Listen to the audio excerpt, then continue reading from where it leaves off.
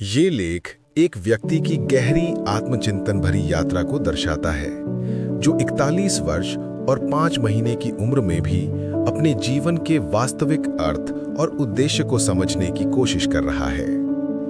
लेखक महसूस करता है कि अब तक उसने बहुत कुछ किया, सोचा और चाहा, लेकिन जीवन का असली मकसद क्या है, ये अभी भी स्पष्ट नहीं हो पाया। वो बताता है कि हर साल उसके भीतर कुछ नया करने, कुछ बड़ा हासिल करने की इच्छा जागती है, परंतु मन और बुद्धि के बीच लगातार संघर्ष बना रहता है। जब वो कोई काम करने की सोचता है तो या तो आत्मसंदेह या आलस्य उसे पीछे खींच लेते हैं। नतीजा ये होता है कि वो अपने ही सोच और निर्णयों से हार जाता है।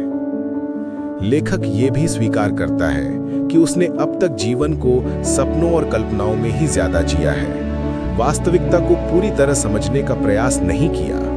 उसे एहसास होता है कि जीवन केवल चलने या पाने का नाम नहीं है, बल्कि उसे गहराई से समझने का नाम है। ये समझ तभी आती है जब व्यक्ति अपने कर्म, अपनी इच्छाओं और अपनी असफलताओं का ईमानदारी से सामना करता है।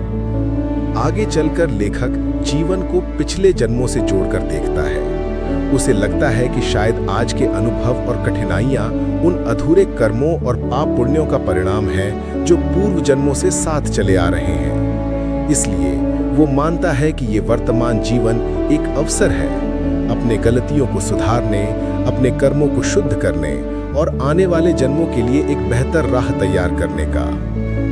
अंत में ये लेख उस व्यक्ति के भीतर की सच्ची बेचैनी को प्रकट करता है, जो अब भी जीवन को समझने, उसके रहस्य को जानने और अपने अस्तित्व को अर्थ देने की कोशिश में है। संक्षेप में, ये लेख 41 वर्षीय व्यक्ति के भीतर चल रहे आत्मसंघर्ष, जीवन के अर्थ की खोज और कर्म जन्म के रहस्य को समझने की ईमानदार कोशिश है, जहां वो खुद से सवाल करता है कि मैं यहाँ क्यों हूँ और मेरा जीवन असल में किस लिए है।